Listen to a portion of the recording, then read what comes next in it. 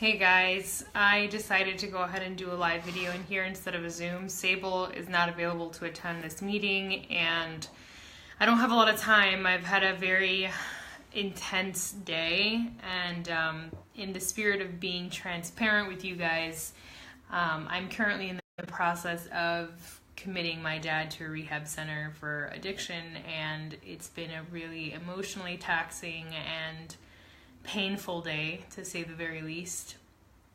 I still want to show up for you guys and I still want to make this video, so I'm gonna be very brief, but I want to talk about this because this is an incredibly vital behavior in our business, and if you're dropping the ball with this, then you don't have a business. And a lot of times I see coaches, if they fumble with anything, it's usually this, because they don't really understand how to make it organic. And so that's what I want to help you guys do, is make that organic. I'm going to take this off because the glare is killing me. So this vital behavior is titled invite, but it's really connect, share, and invite. There's 3 phases to the invitation, and this is something I don't think that gets talked about enough. So when you first connect with someone, this is when you find them, either on Instagram or Facebook or your blog or YouTube or somewhere in person. You're run into someone you used to have a friend in high school, or you're at the playground with your kids and you're talking to another mom. The connect is the phase where you are making contact with someone new. They just came into your scope of reality. You've just made contact with them. And this is the phase where you learn about them. And what this looks like is go to their profile, look through what they post. Do they have kids? Do they play a sport? Do they like to hike? Get a vibe for who these people are. Do a little bit of research. It takes a few minutes just to get a hit on what someone is about. And if you've met them in person, ask them for a social media handle. Where can I find you on social media? Let's stay connected. Then go to their social media and look at what they're posting. This gives you a lot of really good information about who these people are and what matters to them.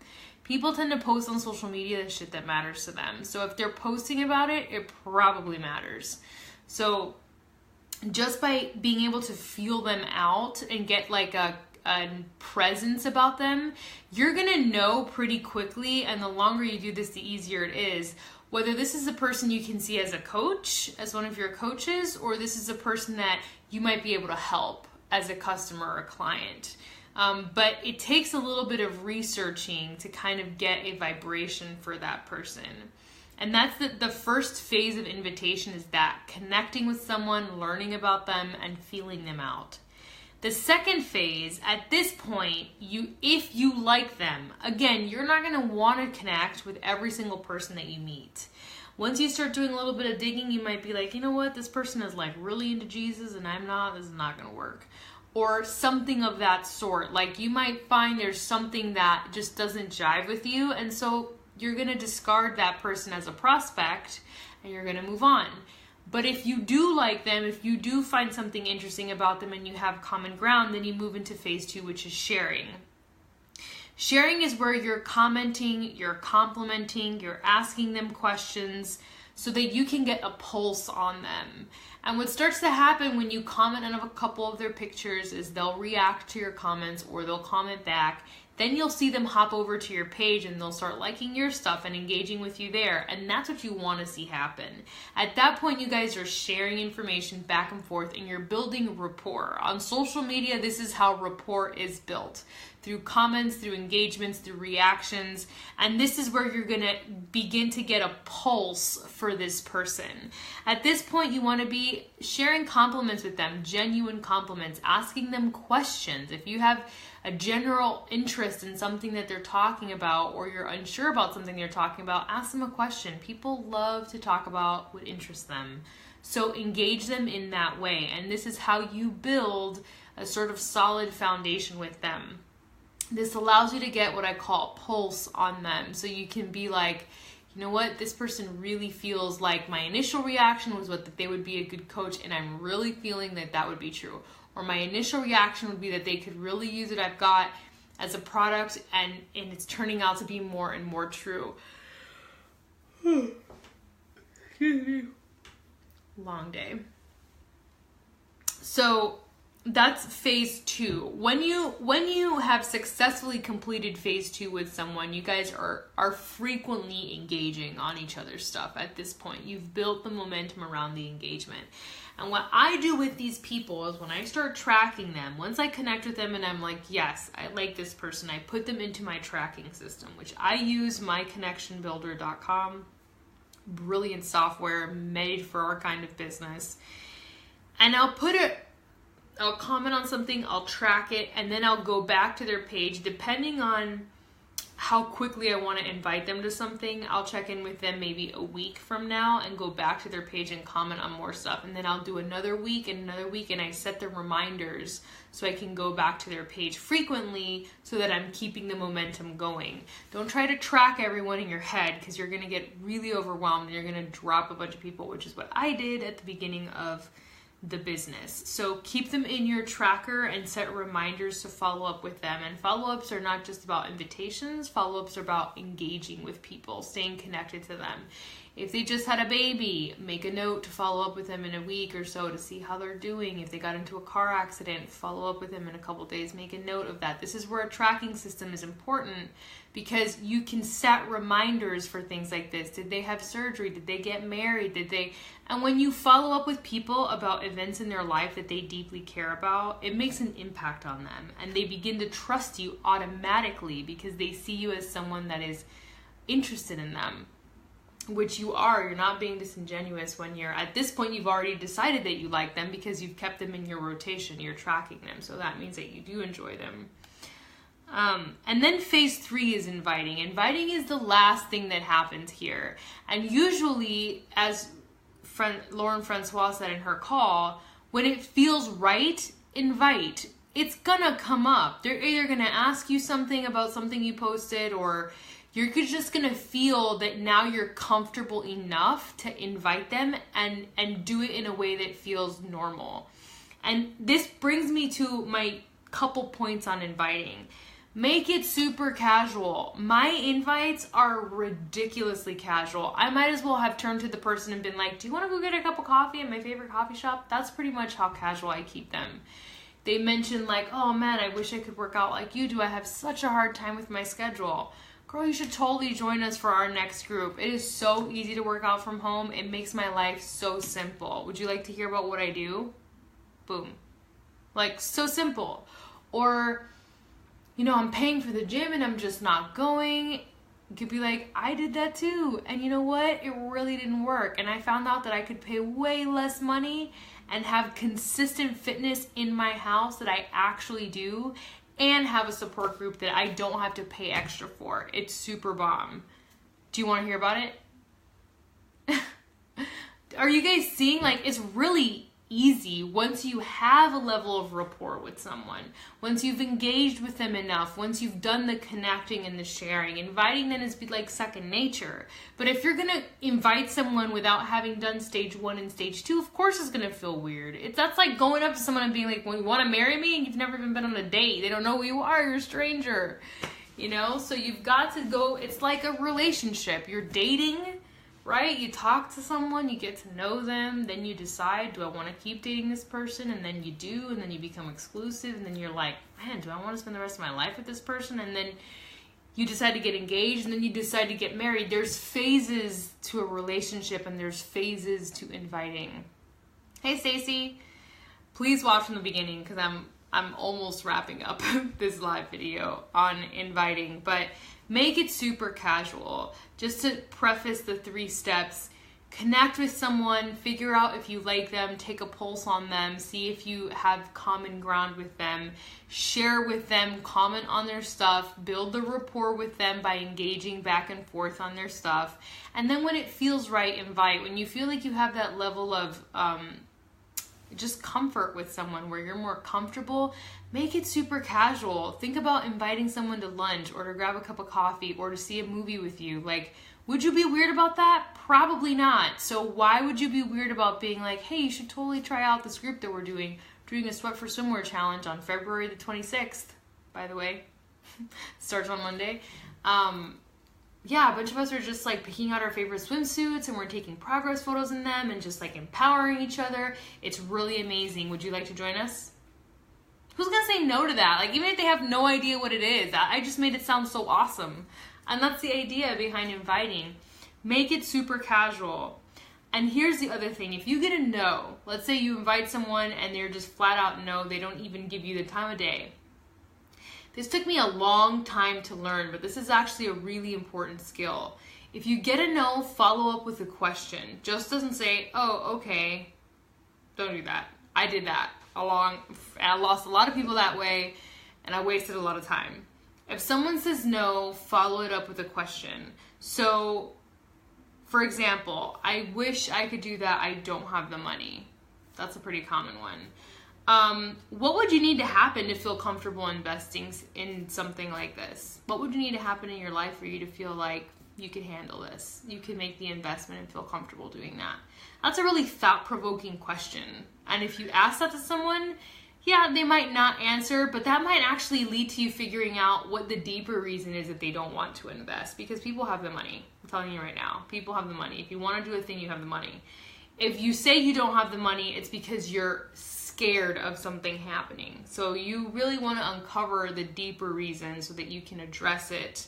So by asking them a thought-provoking question, you kind of allow them to dig a little bit deeper, and that's what you want.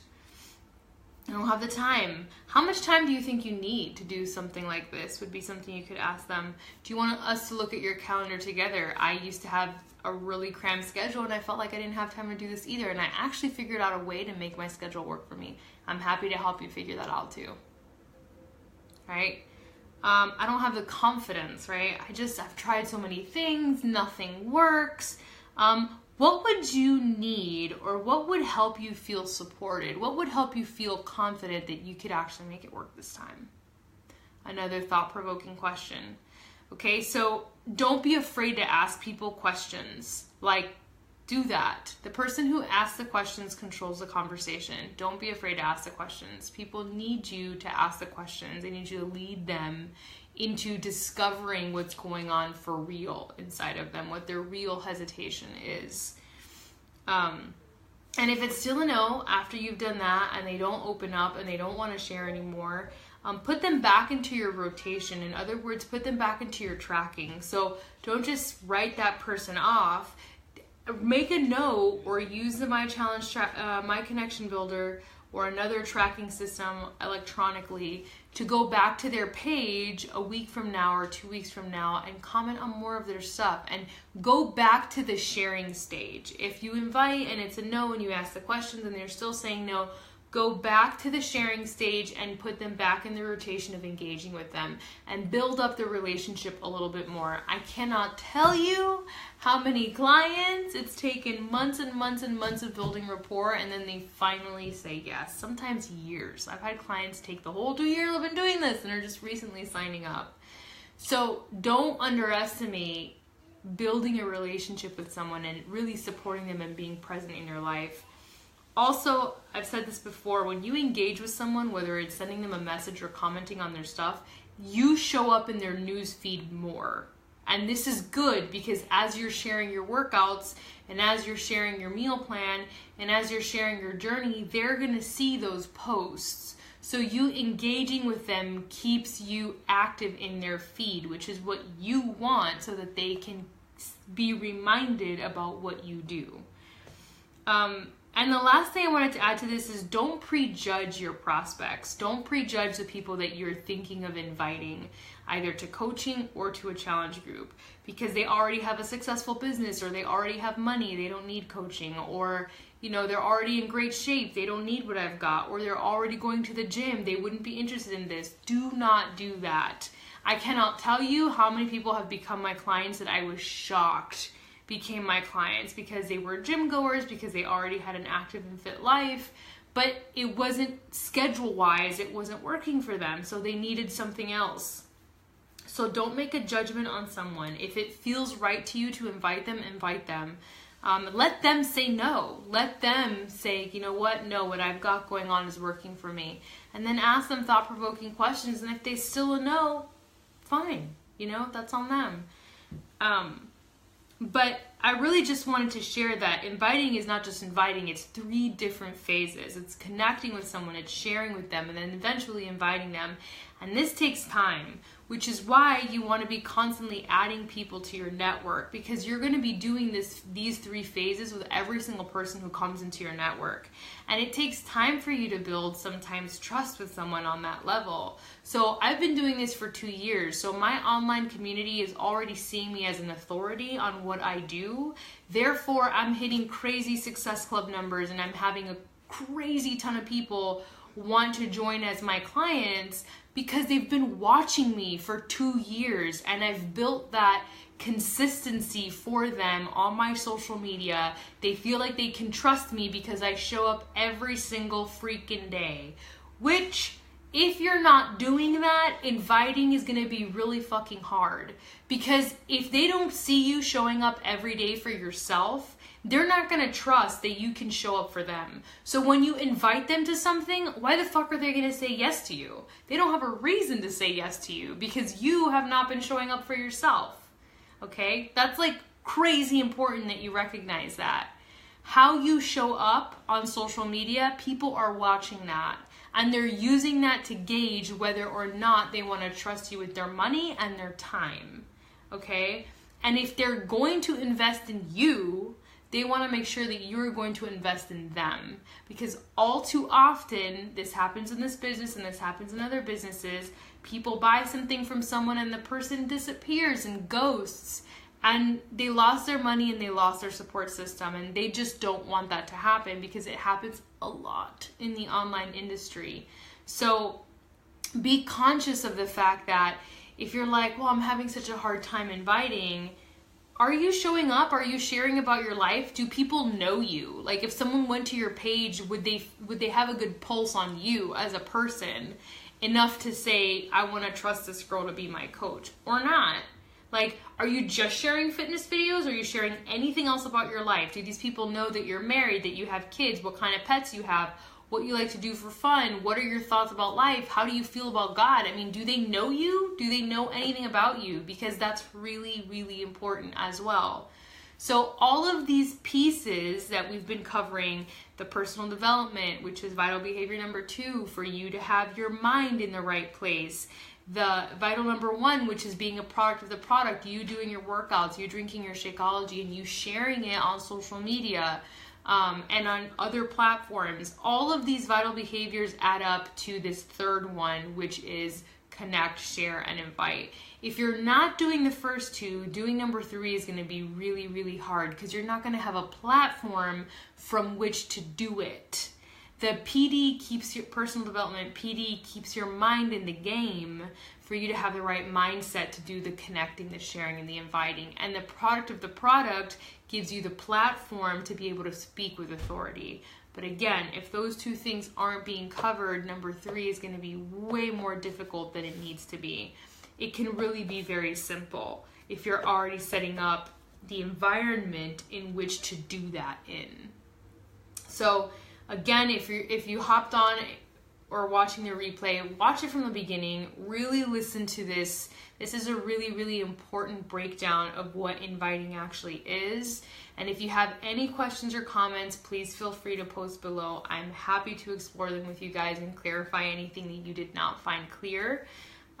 Again, sorry for the short notice on the team call. It has been a really challenging day. I hope this live video serves you. Please tag each other if you haven't watched this video, and if you have a success partner in here that you want to watch this video for sure. And I expect all of you guys to be inviting to our Sweat for Swimwear Challenge, which is the 26th.